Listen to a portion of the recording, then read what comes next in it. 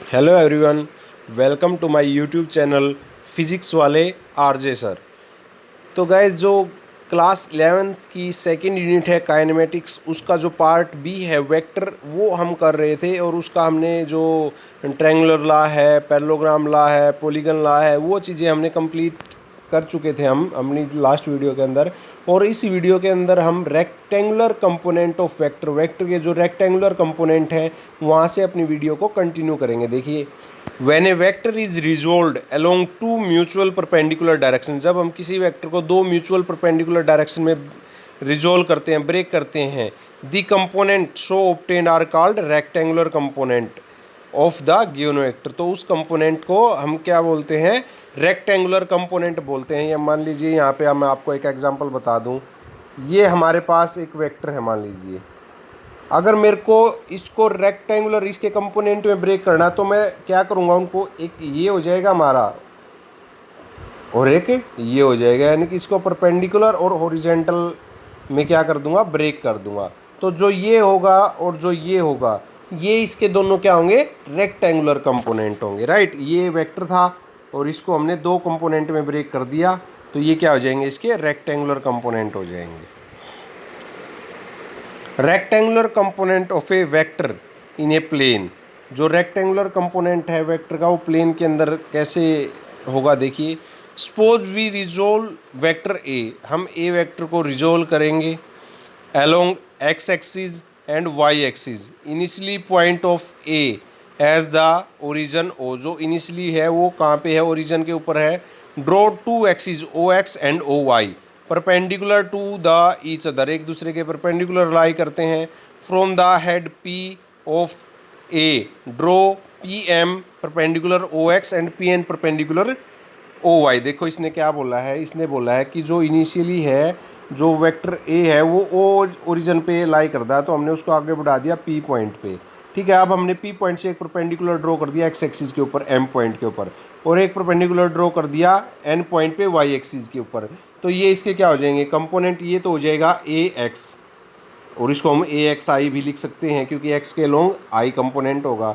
अब ये हो जाएगा ए वाई, और इसको हम ए वाई जे भी लिख सकते हैं। ठीक है, तो according to parallelogram law of vector addition, अब यहाँ पे अगर हम parallelogram law of vector addition देखें तो ओ पी हमारा रिजल्टेंट है, ओ पी किसके इक्वल हो जाएगा? O M plus O N. तो ए वेक्टर इक्वल टू क्या हो जाएगा? A X vector plus A Y vector. अब A X is the horizontal or X component of A X क्या है? एक्स कंपोनेंट है ए का, and A Y is the vertical component or Y component of A Y किसका है? Y component है A का। Now let I and J be the unit vector along X axis and Y axis. जो I है और जो जे है वो क्या है? Along X axis and Y axis unit vector हैं। तो A X and A Y को हम कैसे लिख सकते हैं? ए एक्स आई, यानी कि ए एक्स वेक्टर को हम लिख सकते हैं A X I, and A Y vector को लिख सकते हैं हम ए वाई जे। तो इसको अगर हम ए वेक्टर लिखें तो वो क्या हो जाए? ए X I plus A Y जे। तो ये हमारे पास क्या आ गई? हमारी इक्वेशन 1 बन के आ गई। दोबारा देख लीजिए, ये ए एक्स वेक्टर था, इसको हम लिख सकते हैं ए एक्स आई, एंड हमारे पास ये ए वाई वेक्टर था, इसको हम लिख सकते हैं ए वाई जे। तो इसको हम ए वेक्टर को लिखे तो ये हो जाएगा हमारा A X I plus A Y J.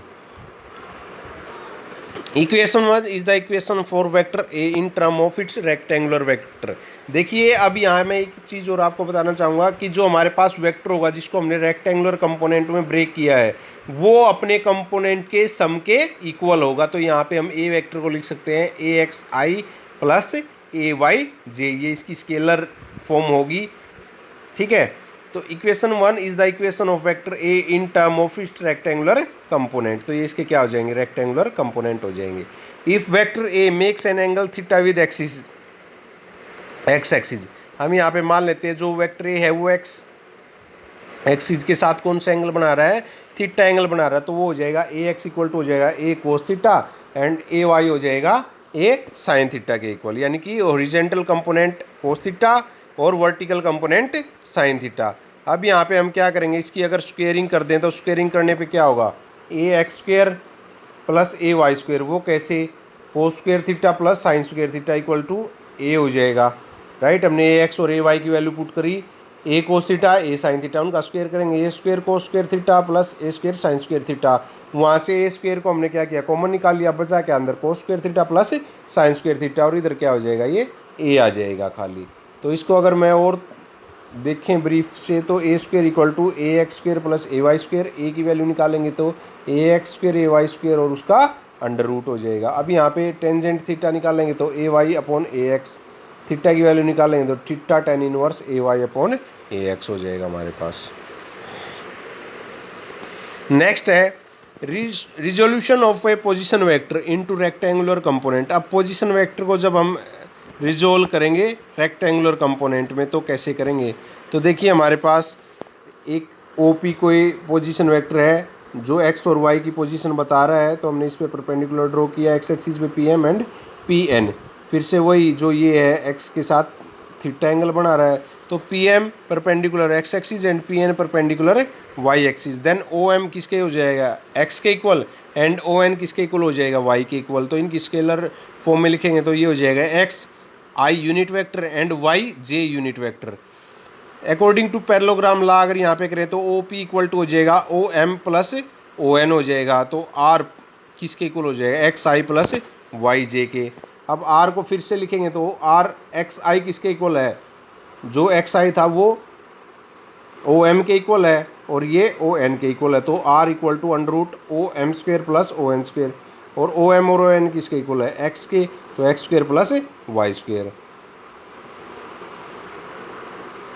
If R make angle theta with X axis then X equal to क्या हो जाएगा, R cos theta and Y equal to R sine theta हो जाएगा, right.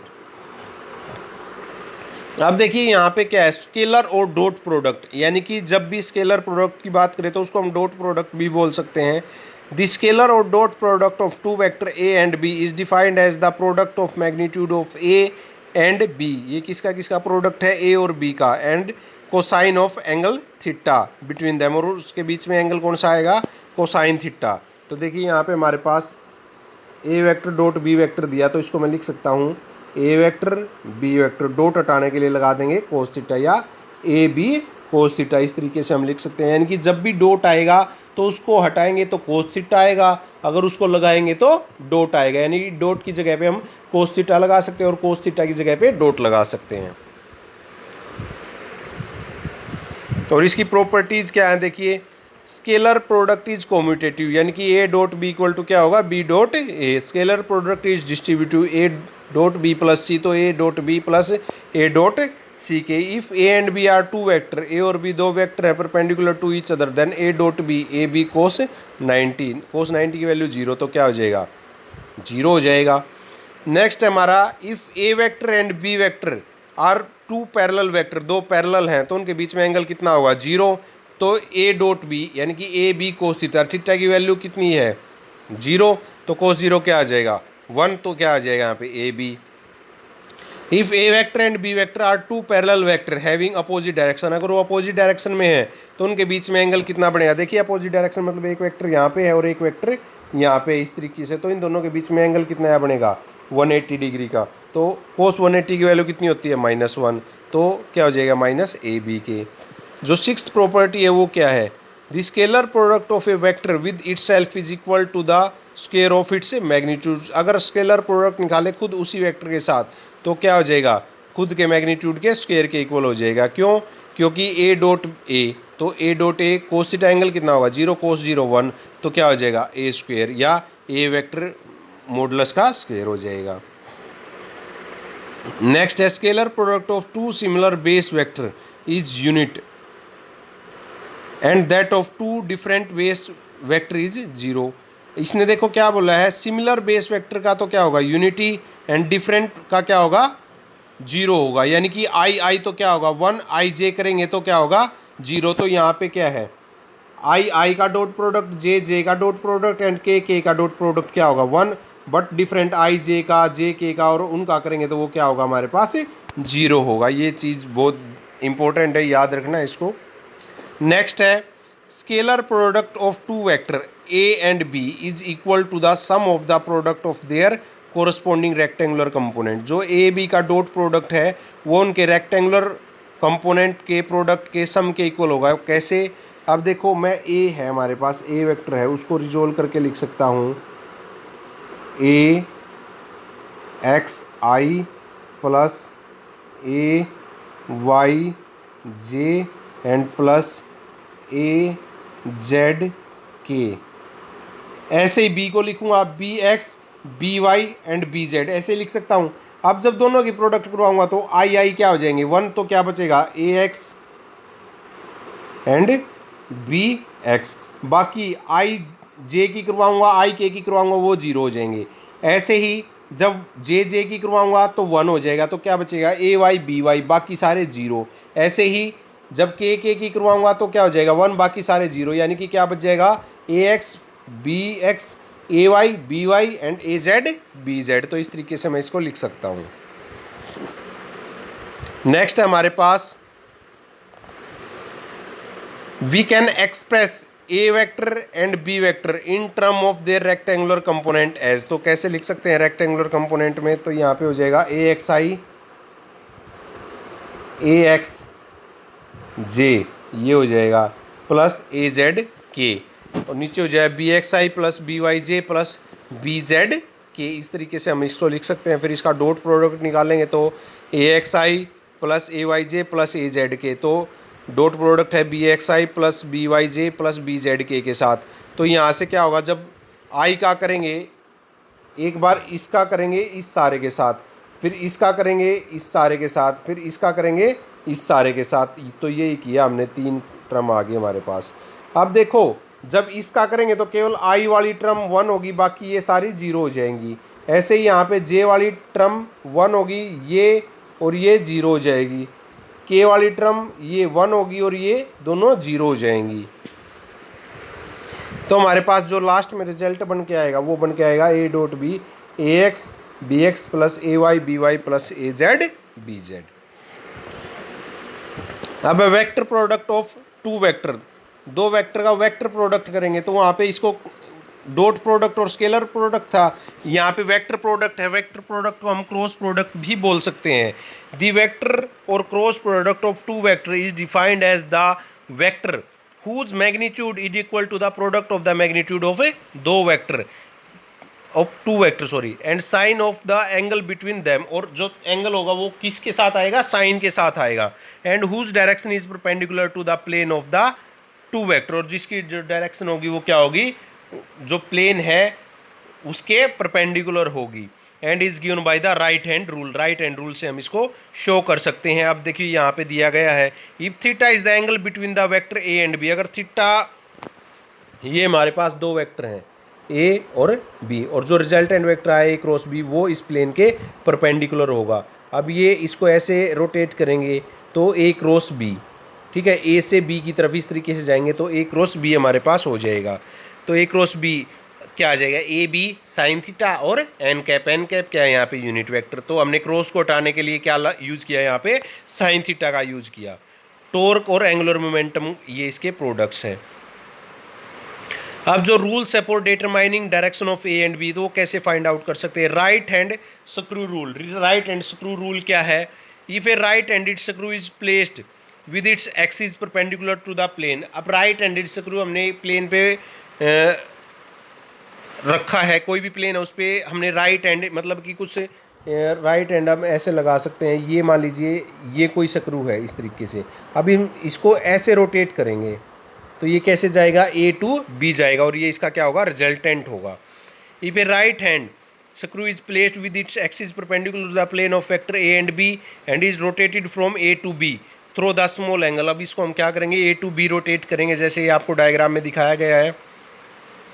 Then the direction in which screw advance gives the direction of A cross B, तो ये क्या करेगा, A cross B की डायरेक्शन देगा हमारे को। अब right hand thumb rule, right hand thumb rule क्या बोलता है, if we curl the finger of right hand, right hand की हम फिंगर को कर्ल कर लें, मुट्ठी बंद कर लें, in such a way that they point in the direction of rotation of vector A to B, तो जो हमारी फिंगर कर्ल हुई है वो किसकी डायरेक्शन देंगी, वो ए टू बी जाने की डायरेक्शन देंगी through the small angle. Then the stretch thumb point in the direction of A cross B, और जो हमारा थंब ऊपर परपेंडिकुलर रहेगा, ठीक है, यानी कि हम अपनी फिंगर्स को कर्ल करेंगे और हमारा जो थंब है वो परपेंडिकुलर रहेगा उनकी, वो किसकी डायरेक्शन देगा, ए क्रॉस बी की डायरेक्शन देगा।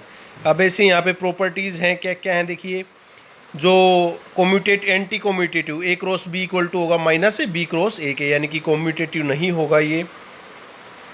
Vector product is distributive over addition, addition पे ये क्या होगा, डिस्ट्रीब्यूटिव होगा।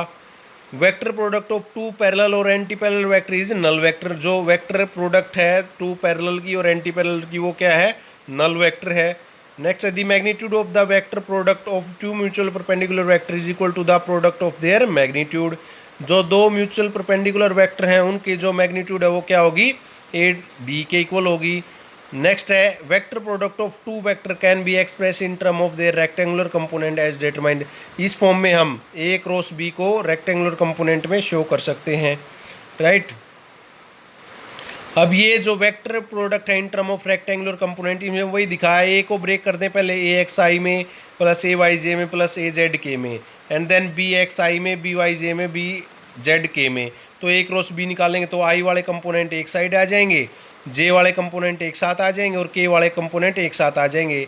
अब यहाँ पे एक चीज़ समझने की है, अगर हम चलेंगे एंटी क्लॉकवाइज तो सारे साइन आएंगे पॉजिटिव, यानी कि देखिए यहाँ से ये चला है, आई से जे चले हैं पॉजिटिव, जे से के गए हैं पॉजिटिव, एंड के से आई गए हैं पॉजिटिव। अगर चलेंगे क्लॉकवाइज, आई से के नेगेटिव, के से जे नेगेटिव और जे से आई नेगेटिव, यानी कि अगर आई जे के ऐसे चलेंगे, एक राइम में चलेंगे, आई टू जे, जे टू के एंड के टू आई, तो सारे पॉजिटिव अदरवाइज सारे नेगेटिव हो जाएंगे। यहाँ पे आई जे के जे आई माइनस के, जे के आई के जे माइनस आई, के आई जे आई के माइनस जे, इस तरीके से और इस फॉर्म से हम इसको फाइंड आउट कर सकते हैं ए क्रॉस बी को।